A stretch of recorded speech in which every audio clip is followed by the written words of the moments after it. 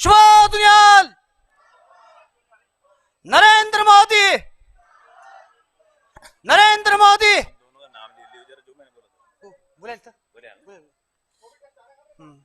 भारत माता की। जिनका आप लोगों को बहुत देर से इंतजार था, ऐसे हमारे लोकप्रिय नेता आदरणीय राजनाथ सिंह जी, भारत सरकार के रक्षा मंत्री, आप लोगों के बीच में पहुंच चुके हैं। अभी वो हेलीकॉप्टर से उतर रहे हैं, ठीक 5-10 मिनट के बाद ही आपके बीच पहुंचने वाले हैं।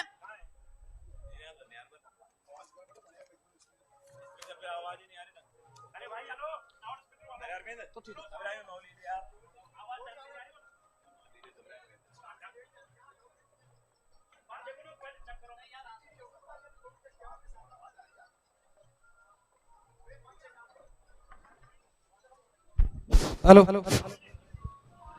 आ गई भाजपा, आ गई भाजपा।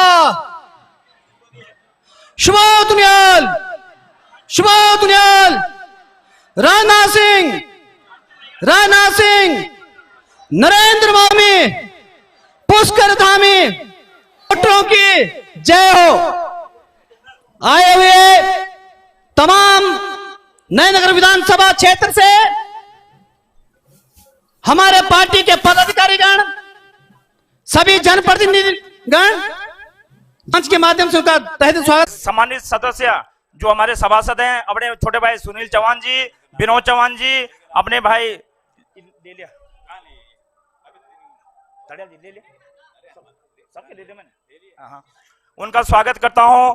अपने छोटे भाई विनोद चौहान जी हमारे बीच में, हमारे पूर्व कैबिनेट मंत्री अपने बड़े भाई लाखीराम जोशी हमारे बीच में हैं। मैं उनका तहे दिल से हार्दिक स्वागत इस मंच के माध्यम से करना चाहूंगा। और आप हमारे बीच में गजा के सभी सम्मानित अपनी युवा मोर्चा की टीम है, विनोद जी हैं, हमारे पूर्व मंत्री लाखीराम जोशी जी मंच पे पहुंच गए, जोरदार तालियों से उनका स्वागत किया जाए। पूर्ण सिंह भाई, अपने जो है राजेश खाती जी, अपने दिनेश खाती जी, विकास राव जी, अभिषेक खटवाल जी, आप सबका जो है स्वागत अभिनंदन करता हूं। अभी हमारे बीच में माननीय हमारे देश के यशस्वी रक्षा मंत्री आदरणीय से स्वागत करेंगे। और भारत माता की, भारत माता की, भारतीय जनता पार्टी।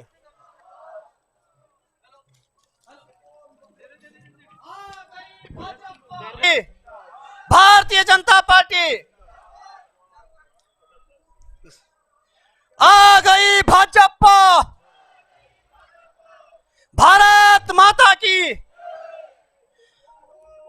कहीं देर से जो आप लोग जिनका इंतजार कर रहे थे, ऐसे हमारे पूरे देश के लोकप्रिय नेता आदरणीय राजनाथ सिंह जी हम सब लोगों के बीच में पहुंच चुके हैं।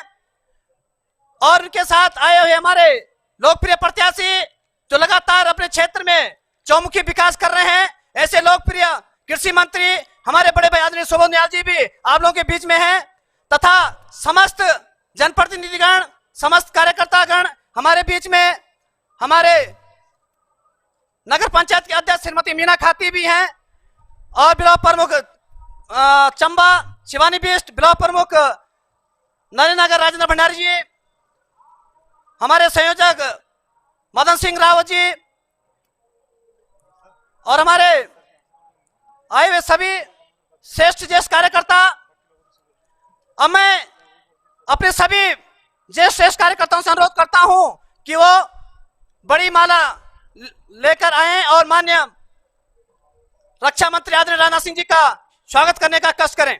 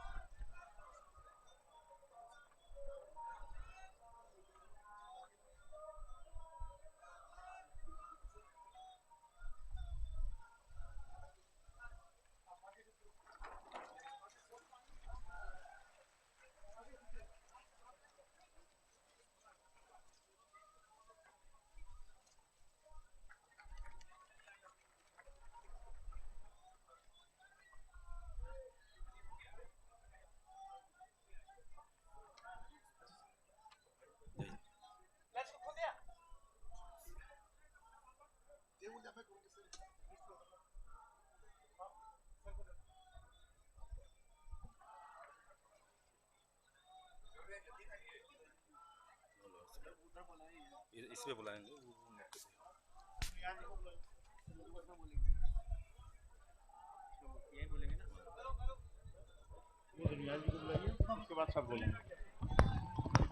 हेलो। भारत माता की। राजनाथ सिंह, राजनाथ सिंह, स्व दुनियाल, स्व दुनियाल, भारतीय जनता पार्टी। अब मैं थोड़ा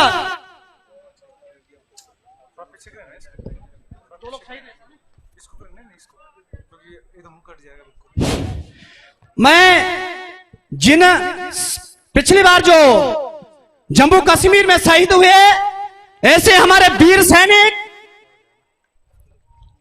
शहीद विक्रम सिंह जी के माता पिता भी यहां रखे।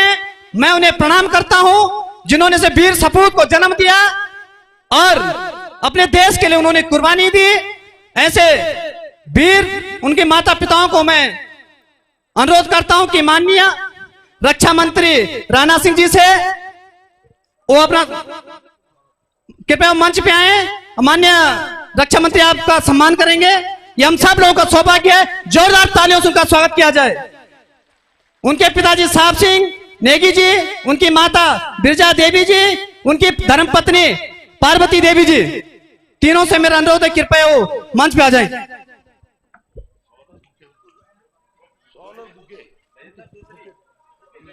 भारत माता की, भारत माता की। और साथ में ही हमारे खाड़ी क्षेत्र के ग्राम सभा रामपुर के हमारे वीर सैनिक शहीद हुए थे अजय रौतेला जी। मैं उनकी धर्मपत्नी से भी अनुरोध करता हूं कि वो भी हमारे बिमला देवी जी से अनुरोध करता हूं कि वो मंच पे आए। माननीय रक्षा मंत्री जी से सम्मान पाने का कष्ट करें। भारत माता की, वीर सैनिकों की, यह भूमि वीर सैनिकों की है। यहां पे हमारे जम्मू कश्मीर में जो शहीद हुए हैं ऐसे उनके विक्रम सिंह शहीद, उनके पिता साहब सिंह जी और उनकी माता कृष्णा देवी जी, उनकी धर्मपत्नी पार्वती देवी जी और हमारे अजय रौतेला जो ओबीजेड में शहीद हुए थे उनकी धर्मपत्नी बिमला देवी जी से मैं अनुरोध करता हूं कृपया वो भी माननीय रक्षा मंत्री जी से सम्मान पाने का कष्ट करें।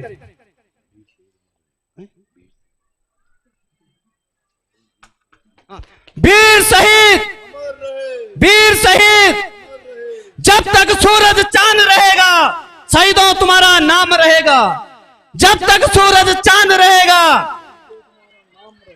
जब तक सूरज चांद रहेगा।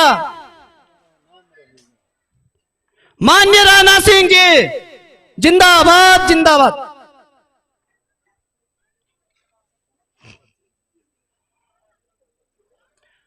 अब अगली पंक्ति में हमारे अजय रौतेला जी शहीद हुए थे, उनकी धर्मपत्नी भी हमारे बीच में है।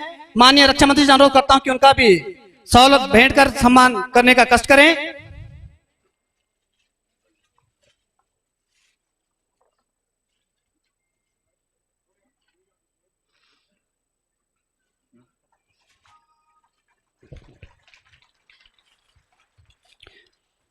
वीर शहीद, वीर शहीद, भारत माता की।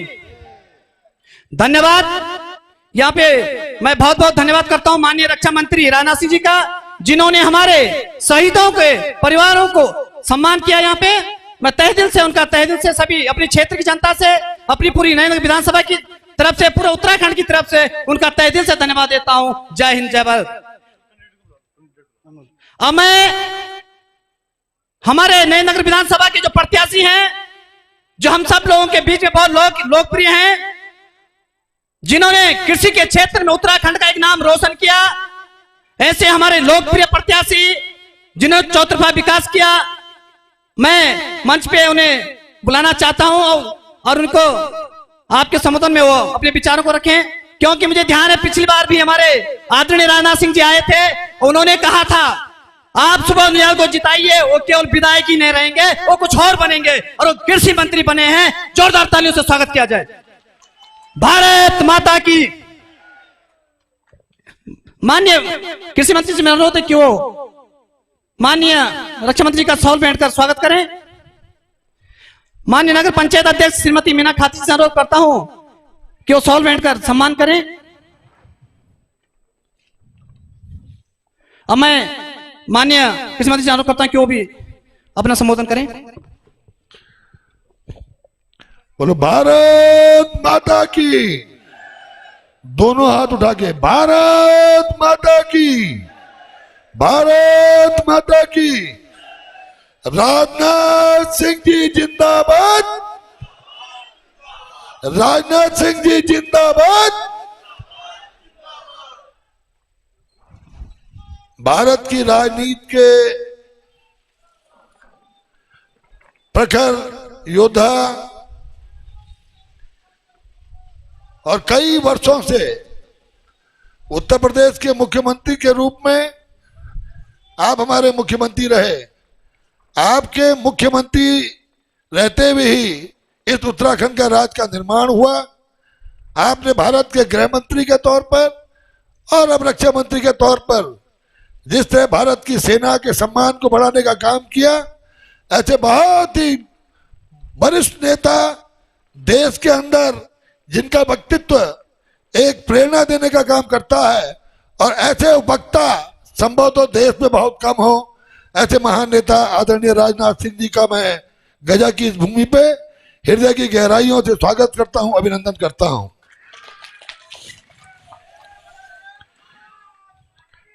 इस नगर पंचायत की सम्मानित अध्यक्ष मीना खाती जी, हमारे विकास खंड के दोनों प्रमुखगण राजेंद्र सिंह भंडारी जी और शिवानी बिस जी, हमारे इस विधानसभा क्षेत्र के प्रभारी रोशन लाल सेमवाल जी, विधानसभा के संयोजक मदन सिंह रावत जी, हमारे राजेश खाती जी, हमारे मंडी टेरी उत्तरकाशी जनपद की अकेली मंडी के मंडी अध्यक्ष वीर सिंह रावत जी, हमारे बगल में कौन बैठे, मुंह ढका है, अरे पूर्व मंत्री और इस क्षेत्र के, क्योंकि ये पहले टिहरी में हुआ करता था, इस क्षेत्र के पूर्व विधायक पूर्व मंत्री भाई लाखीराम जोशी जी, हमारे सम्मानित राजेंद्र खाती जी, जोत सिंह बिस जी, और इस मंडल के सम्मानित अध्यक्ष अरविंद उनियाल जी, और आप सब ज्येष्ठ और श्रेष्ठ कार्यकर्तागण और इस क्षेत्र की महान जनता। आज बड़ा सौभाग्य का दिन है कि आदरणीय राजनाथ सिंह जी अपना आशीर्वाद देने के लिए यहां पहुंचे। मुझे याद है विगत चुनाव में आपके द्वारा स्पष्ट कहा गया था कि आप सुबोध उनियाल को जिताओ और मंत्री बनाना मेरा काम है। मैं आपका एक बार बहुत बहुत आभार प्रकट करता हूं कि आज 5 साल तक कृषि मंत्री के रूप में मुझे इस राज्य के लोगों की सेवा करने का अवसर मिला। आदरणीय रक्षा मंत्री जी, मेरे कार्यकर्ताओं को इस बात पर गर्व है कि आज हम अपने प्रदेश के सर्वाधिक महाविद्यालय वाला विधानसभा क्षेत्र है। इंटर कॉलेज और हाई स्कूल के मामले में सर्वाधिक हाई स्कूल इंटरमीडिएट कॉलेज 66 हमारे विधानसभा क्षेत्र में है। हमारे क्षेत्र में बिजली से लेकर पानी तक मैं संभवतः हम प्रदेश के अंदर अग्रणी क्षेत्रों में से हैं, और ये सब आपके आशीर्वाद और इस जनता की प्रेरणा से मुझे करने का अवसर मिला। आज आप सबको मालूम है विश्व का सर्वाधिक लोकप्रिय नेतृत्व मोदी जी के नेतृत्व में और आदरणीय राजनाथ सिंह जी के एक विराट अभिनव के बल पर आपका जो अनुभव है, आज भारतीय जनता पार्टी लगातार इस देश के तमाम मातृशक्ति की, गरीबों की, किसानों की, नौजवानों की, सेना के सिपाहियों के सम्मान को बढ़ाने का काम कर रही है। कोविड के दौरान जिस तरह 80 करोड़ लोगों को मुफ्त राशन देने का अभूतपूर्व काम, इस देश के अंदर 150 करोड़ टीके लगाकर गरीब के साथ खड़ा होने की भावना, आयुष्मान और अटल आयुष्मान योजना लाकर आम आदमी के जीवन को एक सुरक्षा कवच देने का प्रश्न, और इस राज्य के स्वाभिमान के लिए 5 वर्षों में 1.5 लाख करोड़ की योजनाओं को देकर आदरणीय मोदी जी और राजनाथ सिंह जी ने उत्तराखंड की जनता को सम्मान करने का और उनको एक प्रेम देने का काम किया, जिसके लिए उत्तराखंड के लोग आपके बहुत आभारी रहेंगे। आदरणीय राजनाथ सिंह जी, ये घंटाकरण की धरती है, ये सामने घंटाकरण का मंदिर इस क्षेत्र पर एक कृपा बनाए हुए है, और हम लगातार विकास के रास्ते पे आगे बढ़ रहे हैं। पिछले 5 वर्षों में आदरणीय रक्षा मंत्री जी, हमारे राज्य में अभूतपूर्व काम हुए। भारत सरकार की आयुष्मान योजना की तर्ज पर हम अटल आयुष्मान योजना लेके आए। हमने इस राज्य के उन नौजवानों को जो रोजगार की तलाश में थे, उनके लिए 22,000 नौकरियों के रास्ता खोल के एक उनके भविष्य को बनाने का काम किया। हमने उन बच्चों के साथ, जो बच्चे कोविड की मार के दौरान अनाथ हो गए, उन बच्चों के लिए एक महत्वाकांक्षी वात्सल्य योजना लाकर उन बच्चों के जीवन को सुरक्षा देने का काम किया। हमने इस राज्य के उन बच्चों को, जो गरीब के बच्चे, जो बच्चे इस स्थिति में नहीं थे कि उनके माँ बाप उनके लिए टैबलेट खरीद सके, 400 करोड़ की लागत से हर बच्चे के खाते में 12-12 हजार रुपए डालकर उन बच्चों के भविष्य को सुरक्षित करने का काम किया। आदरणीय राजनाथ सिंह जी, जिस तरह भारत सरकार ने सबका साथ, सबका विश्वास और सबके विकास की भावना को आगे बढ़ाया, आपके आशीर्वाद से हमने भी अपने विधानसभा क्षेत्र के अंदर सबका साथ और सबके विकास की भावना से काम करते हुए आम आदमी तक सरकार की योजनाओं को पहुंचाने में सफलता पाई। आज ये राज्य पिछले 5 वर्षों से आदरणीय मोदी जी और राजनाथ सिंह जी के नेतृत्व में लोगों की अपेक्षाओं को पूरा करने का काम कर रहा है। जिन अपेक्षाओं से, जिन अवधारणाओं से उत्तराखंड राज्य का निर्माण हुआ, हम उस पद पर अग्रसित हैं। और यह तभी संभव हो पाया जब आप जैसे विशाल नेतृत्व के द्वारा इस राज्य के ऊपर सहिष्णुता रखते हुए हमें तमाम योजनाओं के लिए धन का आवंटन किया। जिस तरह आपके नेतृत्व में 1 रैंक 1 पेंशन को स्वीकार करके इस देश के सैनिकों का सम्मान हुआ। आप जानते हैं ये वीर भूमि है, ये सैनिकों की भूमि है। ये और खासकर जिस क्षेत्र में हम हैं, इसके आसपास मारदा सहित तमाम गांव हैं, जिन गांवों में तमाम नौजवान भारत की सीमाओं पे देश की रक्षा करने का काम कर रहे हैं। आपने निश्चित रूप से उन तमाम गांवों का सम्मान किया 1 रैंक 1 पेंशन के माध्यम से। आज अजय रौतेला जी और विक्रम सिंह जी की जो शहादत हुई, और जिस तरह से राष्ट्रीय राजकीय सम्मान के साथ उन लोगों का यहाँ पर उनके सबको ला करके जो सम्मान दिया गया, निश्चित रूप से यह भारतीय जनता पार्टी का एक अविस्मरणीय कदम है कि नौजवानों के लोगों को, उनके परिवार के लोगों को उनके अंतिम दर्शन करने का अवसर मिला। आज इस अवसर पर मैं घंटाकरण देवता से प्रार्थना करते हुए कि ऐसा विशाल नेतृत्व, ऐसा विराट नेतृत्व, ऐसा प्रखर योद्धा, इनका आशीर्वाद हमें लगातार मिलता रहे और हम भारत की राजनीति के शिखर पर पहुंचे। आपके उज्जवल राजनीतिक भविष्य के लिए, ताकि आपके नेतृत्व में इस देश के करोड़ों करोड़ लोगों की भावनाओं को पूरा किया जा सके, मैं आपका एक बार फिर अभिनंदन करते हुए आपको प्रणाम करता हूं। और मुझे पूरा विश्वास है कि आपके नेतृत्व में जब इसके बाद भारतीय जनता पार्टी की सरकार इस राज्य में बनेगी, तो निश्चित रूप से उन अपेक्षाओं को और आगे बढ़ाकर विकास की यात्रा को हम आगे बढ़ाएंगे। इन शब्दों के साथ मैं एक बार फिर आपका अभिनंदन करते हुए आपसे अनुरोध करता हूं कि आप अपना आशीर्वचन, अपना आशीर्वाद हमारे लोगों को देंगे। आपको मैं सादर आमंत्रित करता हूं। आदरणीय राजनाथ सिंह जी, राजनाथ सिंह जी जिंदाबाद, राजनाथ सिंह जी जिंदाबाद।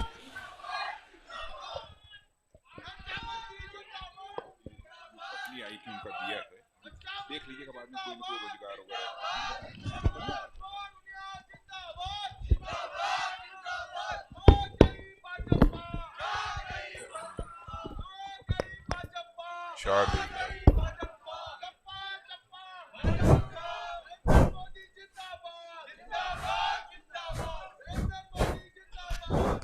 गुड।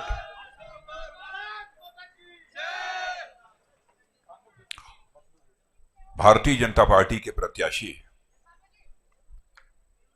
और आपके लोकप्रिय विधायक, उत्तराखंड सरकार में कृषि मंत्री श्रीमान सुबोध जी उनियाल और नगर पंचायत अध्यक्ष श्रीमती मीना खाती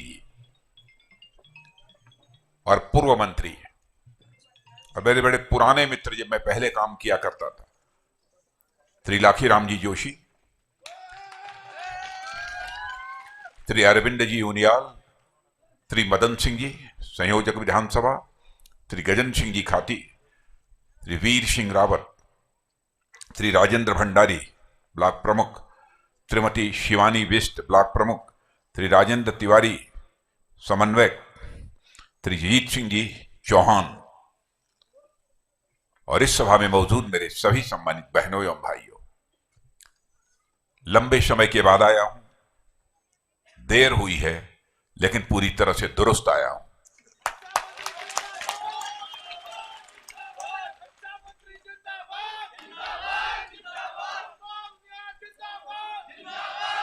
सुबोध उनियाल जी के लिए, सुबोध उनियाल जी के लिए ही आया था और बहनों भाइयों फिर से इस बार मैं सुबोध उनियाल जी के लिए आया हूं।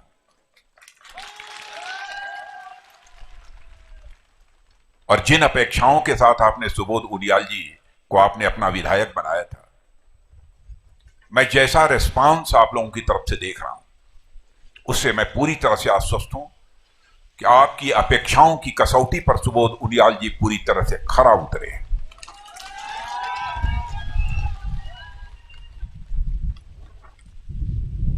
मैंने कहा था केवल विधायक नहीं रहेंगे बल्कि वह मंत्री बनेंगे, मंत्री भी बन गए। हमारी शुभकामनाएं हैं उनियाल जी, सदैव आपका कद बढ़ता रहे और आप चाहे जिस भी पद पर रहें, आप जिस भी पद पर हैं, शासक के रूप में अपनी भूमिका न निभाएं बल्कि एक सेवक के रूप में आप अपनी भूमिका निभाएं जैसे आप निभा रहे हैं।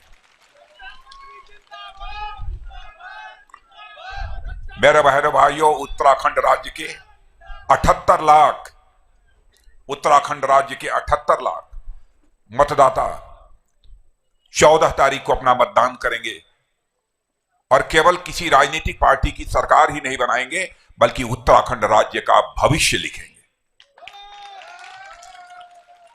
लोकतांत्रिक व्यवस्था में चुनाव का बहुत महत्व होता है।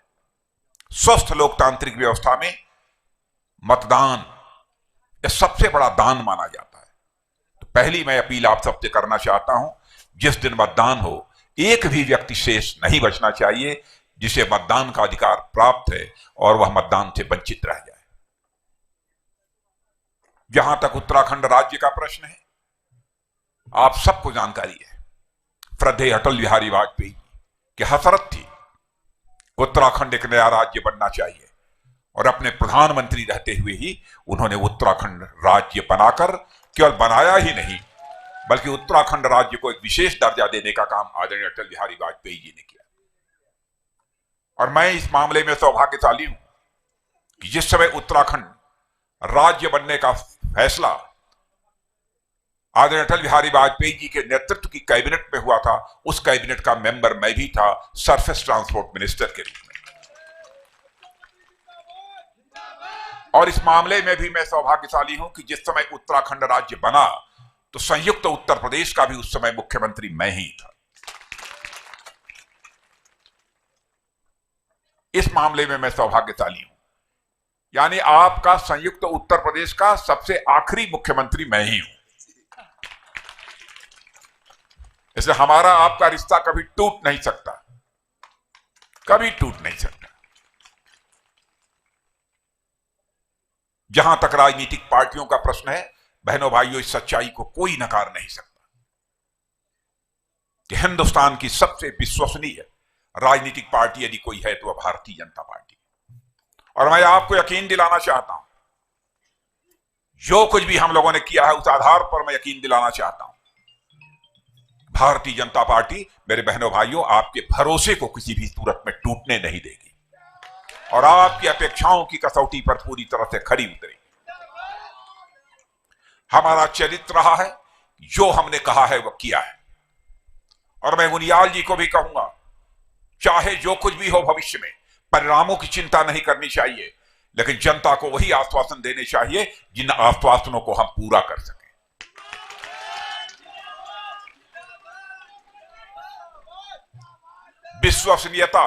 विश्वसनीयता यह एक इंसान की सबसे बड़ी पूंजी होती है। भारतीय जनता पार्टी यह विश्वसनीयता का संकट किसी भी सूरत में पैदा नहीं होने दे। मैं आपको विश्वास दिलाता हूं, हम लोगों ने बहुत पहले कहा था हम आएंगे, धारा 370 जम्मू कश्मीर की समाप्त करेंगे।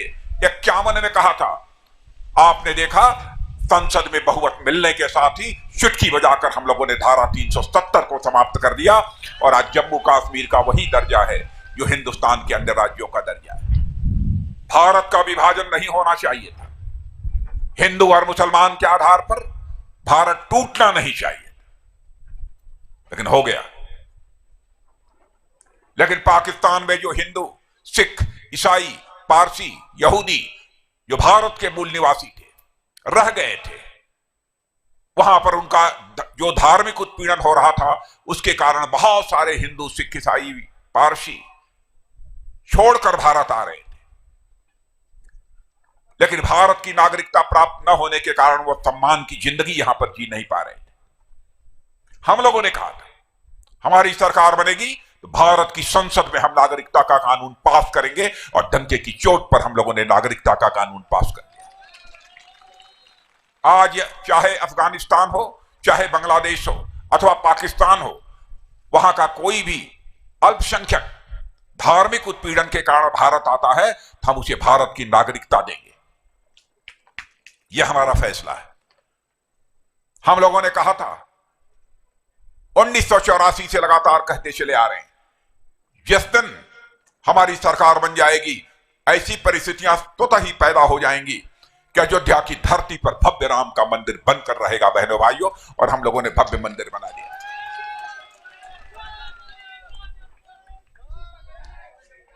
और हम लोगों ने केवल राम मंदिर के निर्माण का ही सिलसिला प्रारंभ नहीं किया है। काशी विश्वनाथ मंदिर को यह आताताइयों ने उसे तोड़ दिया था, रानी अहिल्याबाई ने उसका कुछ निर्माण कराया था। लेकिन आजाद भारत में भव्य स्वरूप देने का काम यदि किसी ने किया है तो भारत माता के सपूत आज के प्रधानमंत्री श्री नरेंद्र भाई मोदी ने किया है। विश्वनाथ कॉरिडोर बनाकर उन्होंने राष्ट्र को समर्पित कर दिया। तूफान आया था 2013 में, विध्वंसक स्थिति थी। केदारनाथ जी बहनों भाइयों, उसको भी भव्य रूप देने में बहुत ही महत्वपूर्ण भूमिका निभाई है हमारे प्रधानमंत्री ने। और चारों धामों को जोड़ने के लिए केदारनाथ, बद्रीधाम, यमुनोत्री और गंगोत्री ऑल वेदर रोड बनाई जा रही है, लगभग 900 किलोमीटर की। 11-12 हजार करोड़ रुपए उस पर खर्च होंगे। कुछ बाधाएं थी, सुप्रीम कोर्ट का प्रतिबंध था, लेकिन सुप्रीम कोर्ट ने भी अपनी क्लियरेंस कर दी। अब कहीं भी किसी धाम का दर्शन करने जाना चाहते हैं तो आप जा सकते हैं। आप सीमाओं के पास भी जाना चाहते हैं तो सीमाओं के पास भी जा सकते हैं। मैं मंदिरों की बात कर रहा हूं, इसका मतलब यह नहीं है कि हमारी भारतीय जनता पार्टी की सरकार जब आती है तो केवल मंदिर ही बनवाती है। बहनों भाइयों, हम लोकतंत्र के मंदिर का भी निर्माण करते हैं। आप दिल्ली में जाइए, अंग्रेजों के द्वारा बनाए गए संसद के स्थान पर अब हम लोग नई संसद भारत में, आजाद भारत में बनवा रहे हैं, जिसमें सांसद बैठकर विचार विमर्श करेंगे, बहस करेंगे और जनहित के कानूनों का निर्माण करेंगे। कभी कभी हमारे कांग्रेस के लोग कहते हैं ये मंदिर की बात करते हैं, मंदिर बनवाने से क्या लाभ होगा। कांग्रेस के दोस्तों को शायद यह पता नहीं है, हम भारत की विरासत को सुरक्षित रखना चाहते हैं। भारत की विरासत को भी हम सुरक्षित रखेंगे और हम भारत का विकास भी करेंगे। जो अपनी जड़ों से कट जाता है, जो अपनी विरासत से कट जाता है, मेरे बहनों भाइयों, उसकी हालत कटी पतंग की तरह हो जाती है, उसका कहीं कोई ठिकाना नहीं होता। भारत को हम कटी पतंग किसी भी सूरत में नहीं बनने देंगे।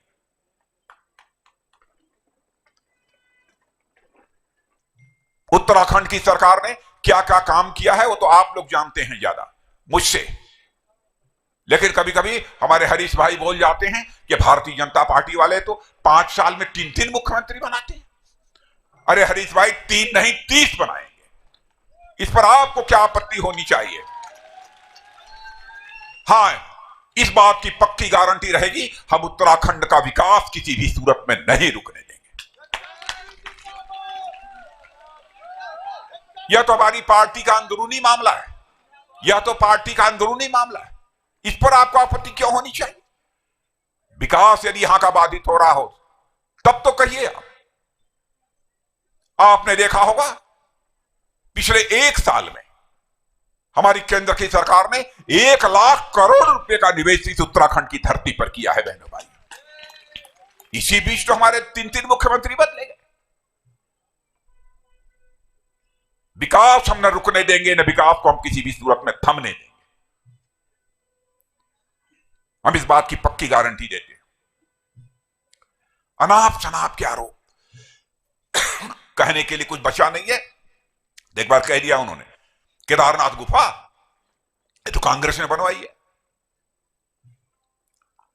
लेकिन मोदी जी जाकर गुफा में बैठकर मार्केटिंग करते हैं, यह आरोप लगा दिया। मैं हरीश भाई आपसे पूछना चाहता हूं, यदि आपने गुफा बनवाई तो एक दिन भी गुफा में बैठकर साधना करने की कोशिश क्यों नहीं की?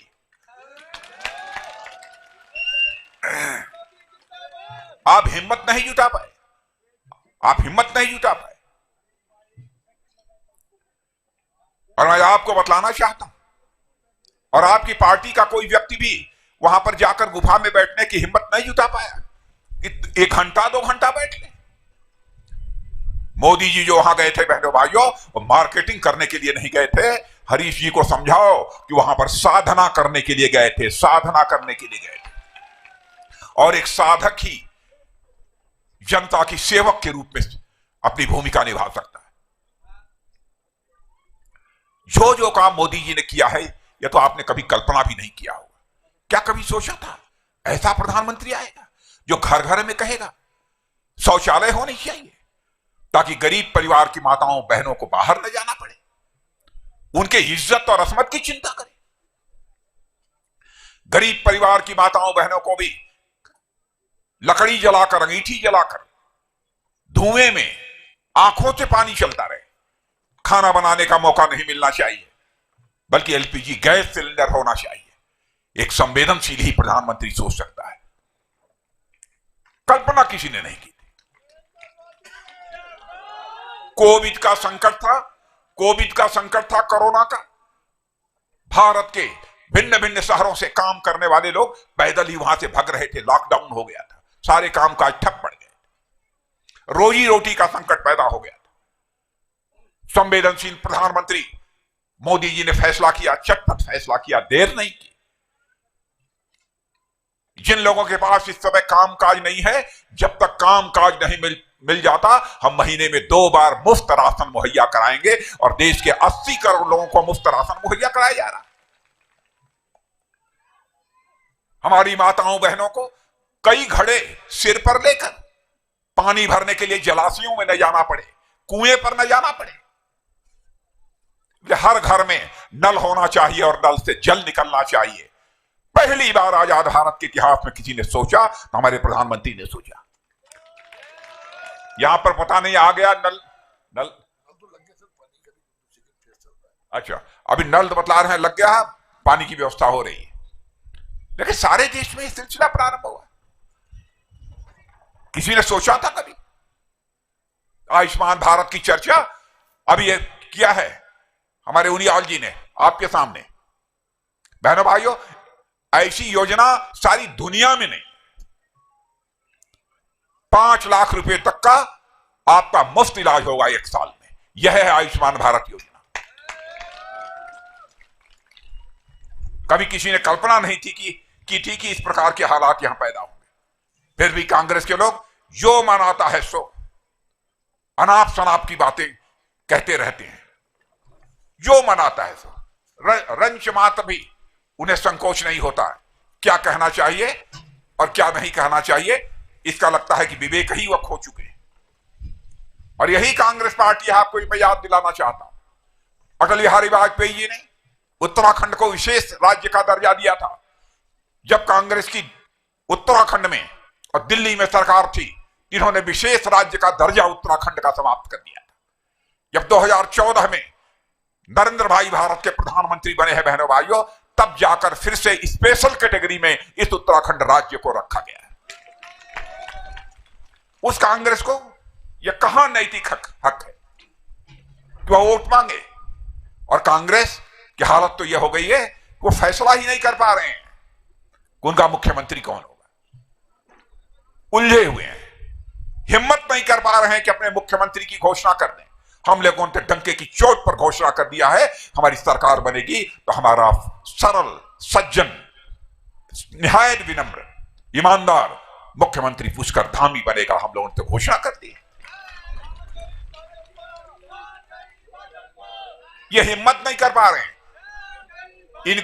इनको लगता है कहीं किसी के नाम की घोषणा कर दी तो कहीं कांग्रेस के खंड खंड न उत्तराखंड में हो जाएं, इसी डर के मारे ये घोषणा नहीं कर पा रहे हैं। जो अपनी पार्टी नहीं चला सकते बहनों भाइयों, वो उत्तराखंड में सरकार क्या चलाएंगे। लेकिन आरोप लगाने के लिए जो मन में आता है वह आरोप लगाते हैं। बहनों भाइयों, उत्तराखंड के प्रति हम लोगों का लगाव कितना है यह आप अच्छी तरह जानते हैं। ब्रह्म कमल यहां का राजकीय चिन्ह है, लेकिन आपने देखा होगा गणतंत्र दिवस के अवसर पर आज तक किसी प्रधानमंत्री ने यह ब्रह्म कमल उत्तराखंड के राजकीय निशान चिन्ह को की टोपी कभी नहीं लगाई होगी। पहली बार गणतंत्र दिवस के अवसर पर हमारे प्रधानमंत्री ने ब्रह्म कमल इस राजकीय चिन्ह वाली टोपी लगाकर सारे भारत को संदेश दे दिया। उत्तराखंड राज्य हमारे यहां एक ऐसा राज्य है जो कि बहादुरों का शौर्य, पराक्रम, साहस, संयम और तप में एक स्थान रखता है। एक संदेश देने का ही एक उद्देश्य था, इसीलिए उन्होंने पहना था। वोट हासिल करने के लिए नहीं पहना था। वोट हासिल करने के लिए पहनना होता कि उत्तर प्रदेश तो सबसे बड़ा राज्य था, वहां की पगड़ी पहन लिए होते। क्यों उत्तराखंड की टोपी उन्होंने पहनी, और भी ब्रह्म कमल निशान लगाकर? नहीं तो वहां का जो राजकीय चिन्ह है उत्तर प्रदेश का राजकीय चिन्ह लगाकर कोई साफा बांध लिए होते अथवा टोपी पहन लिए होते। उत्तराखंड इस कितना लगाव है हम लोगों का। और बहनों भाइयों, हमारे मोदी जी के नेतृत्व में डंके की चोट पर मैं कह सकता हूं कि भारत अब दुनिया का कमजोर देश नहीं है। बहनों भाइयों, भारत अब दुनिया का ताकतवर देश माना जाता है। अंतर्राष्ट्रीय जगत में भारत की प्रतिष्ठा बढ़ी है। पहले भारत अंतर्राष्ट्रीय मंचों पर कुछ बोलता था तो दुनिया गंभीरतापूर्वक उसे सुनती नहीं थी, लेकिन आज यदि अंतर्राष्ट्रीय मंचों पर भारत कुछ बोलता है तो लोग कान खोलकर सुनते हैं कि भारत बोल क्या रहा है। भारत अब कमजोर भारत नहीं है, भारत अब दुनिया का ताकतवर देश बन चुका है। आपने देखा उरी और पुलवामा में, मैं भारत का गृह मंत्री था उस समय, पाकिस्तान के आतंकवादी आकर और उन्होंने कायराना हमला किया हमारे पैरामिलिट्री फोर्सेस के जवानों पर, हमारे जवानों को मार डाला। उसके बाद प्रधानमंत्री हम लोग बैठे, प्रधानमंत्री ने 2 मिनट के अंदर ही फैसला कर लिया। उसके बाद हमारे सेना के जवानों ने पाकिस्तान के अंदर घुसकर सर्जिकल स्ट्राइक करके उनके आतंकवादी ठिकानों का सफाया कर दिया।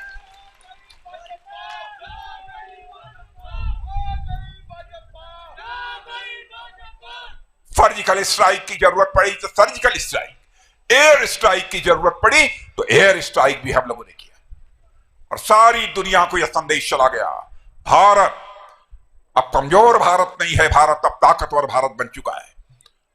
और मैं मेरे बहनों भाइयों रक्षा मंत्री होने के नाते भी बतलाना चाहता हूं, दुनिया की कोई भी ताकत यदि हमारी तरफ आंख उठाकर देखने की कोशिश करेगी तो भारत के अंदर वह दमखम है कि हम इस पार भी मार सकते हैं और जरूरत पड़ी तो उस पार भी जाकर मार सकते हैं।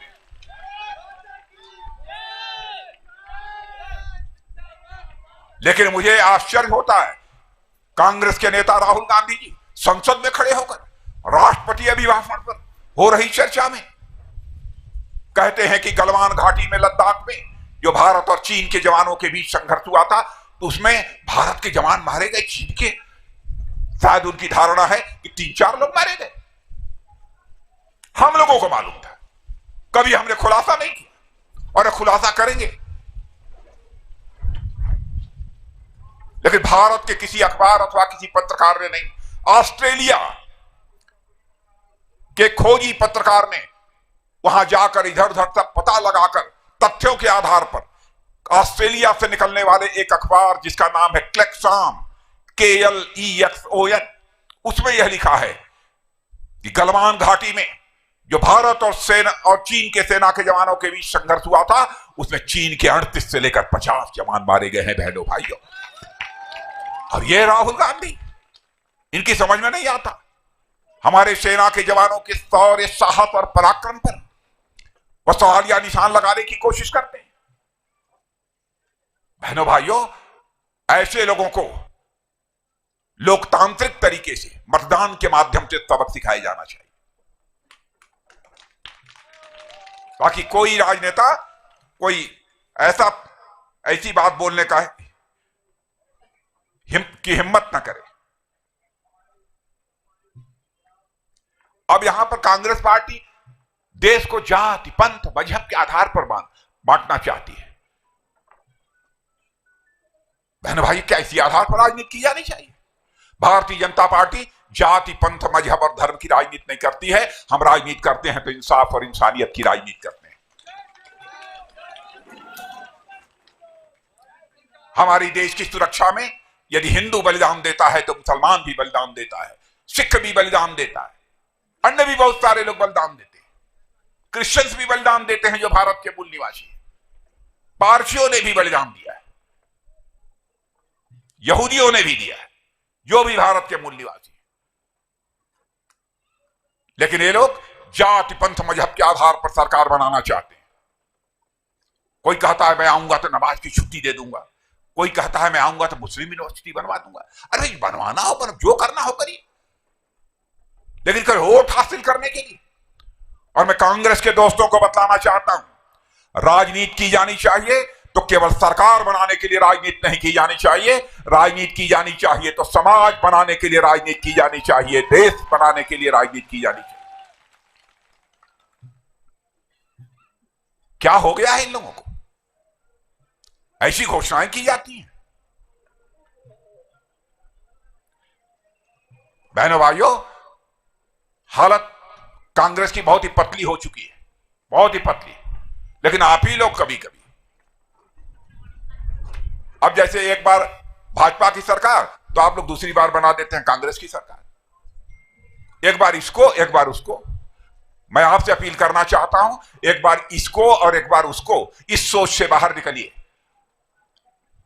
और आप स्वयं यह फैसला करिए कौन सी राजनीतिक पार्टी उत्तराखंड का विकास कर सकती है, कौन सी राजनीतिक पार्टी उत्तराखंड का भला कर सकती है। और मैं दावे के साथ कहता हूं, पांच वर्ष की सरकार आप लोगों ने हमारी बनाई। अगले एक बार 5 साल की नहीं 10 साल की मैं मांग करने के लिए आया हूं। 10 साल और सरकार बना दीजिए। उत्तराखंड राज्य, मैं दावे के साथ कहता हूं, उत्तराखंड राज्य एक ऐसा राज्य बन जाएगा जहां के लोगों की पर कैपिटा इनकम हिंदुस्तान के सभी राज्यों से अधिक हो जाएगी। पर्यटन उद्योग की इतनी सारी संभावनाएं यहां पर है, ढेर सारी संभावनाएं पर्यटन उद्योग की, लेकिन उसे विकसित करने की जरूरत है, बढ़ावा देने की जरूरत है। और उत्तराखंड के पर्यटन के प्रति विश्व के लोगों का, केवल भारत नहीं बल्कि विश्व के लोगों का आकर्षण बढ़ाने की जरूरत है।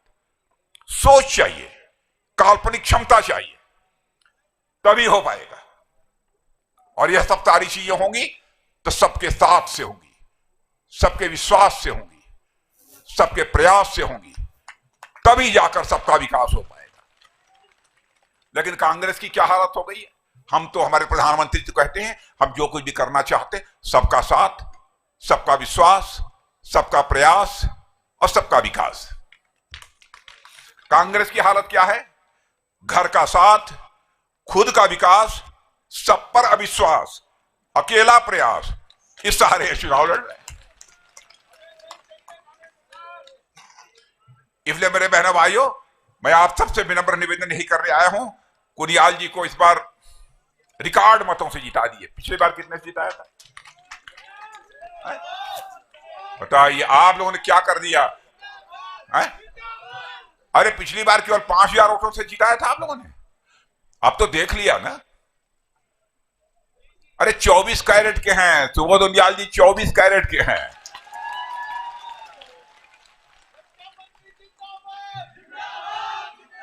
आप लोगों ने लगता है कि पिछली बार ठीक तरीके से पहचाना नहीं, आपने मान लिया था कि 10 कैरेट के होंगे। अब मैं बतला कर जा रहा हूं ये 24 कैरेट के हैं। तो पिछली बार 5,000 से जिताया था, इस बार 15,000 कर दीजिए।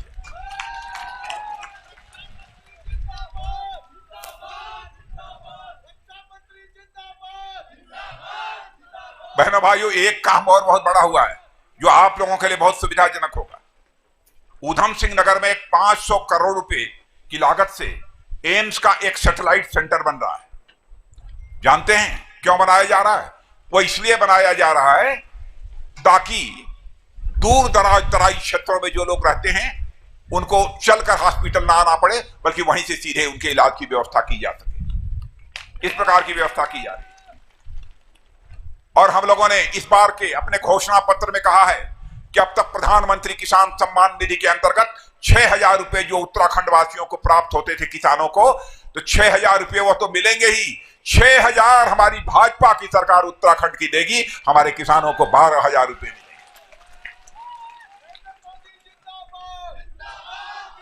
बीपीएल परिवार हैं यहां पर, बिलो पावर्टी लाइन वाले परिवार कितने हैं? जरा हाथ उठाइए।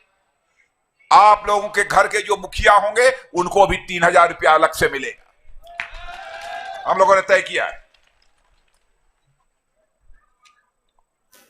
और पूर्व सैनिकों को सीमावर्ती क्षेत्रों में बसने के लिए सस्ते दर पर अन्य सुविधाओं के साथ जमीन मुहैया कराई जाएगी, यह भी हम लोगों ने फैसला किया है। स्वास्थ्य सुविधाओं का विस्तार किया जाएगा। मेडिकल कॉलेज तो हर जिले में होगा, लेकिन एक सचल चिकित्सालय होगा, चलने फिरने वाला एक चिकित्सालय होगा, ताकि दूर दराज के लोगों को चलकर घंटों बाद हॉस्पिटल न पहुंचना पड़े, बल्कि हॉस्पिटल खुद ही उनके पास पहुंच जाए। एक ऐसा सचल चिकित्सालय भी होगा। ऐसे कई फैसले, कई चीजें हम लोगों ने संकल्प पत्र में कही है। और बहनों भाइयों, जो हम लोगों ने अपने घोषणा पत्र में पिछली बार कहा था पूरा किया है, और जो आज कह रहे हैं चाहे जितनी भी बड़ी कीमत क्यों न चुकानी पड़े, उसे हम पूरा करेंगे। प्राण जाई पर वचन न जाई, प्राण जाई पर वचन न जाई, यह है भारतीय जनता पार्टी की सोच। इसलिए मैं आप सभी लोगों से यही अपील करना चाहता हूं कि कांग्रेस फिर से यहां दुबकने न पाए। यह निगरानी आपको रखनी है। नहीं, सारे देश से हारती रहती है, आप लोग यहां दुबका देते हैं, यह ठीक नहीं है। अब सारे देश से जा रही है, यहां से भी छुट्टी करिए कि भैया चलो, हो बहुत कुछ हो गया। और कांग्रेस को इस संकल्प के साथ बाहर कर दीजिए कि कांग्रेस ने देश लूटा, प्रदेश लूटा, अब और नहीं लूटने देंगे। इनकी बात झूठी, हर वादा झूठा, अब और नहीं झुकने देंगे। इस संकल्प के साथ बहनों भाइयों आप आगे बढ़िए। मैं यही अपील करते हुए और पुनः आप सब लोगों से यही कहना चाहूंगा कि आप लोग हमारे उनियाल जी को 15,000 का मैं नहीं भूला हूं, आप तो भूल लेंगे। पक्की बात। अरे 30,000 कर देंगे तो आपको माला पहनाने के लिए मैं खुद आऊंगा।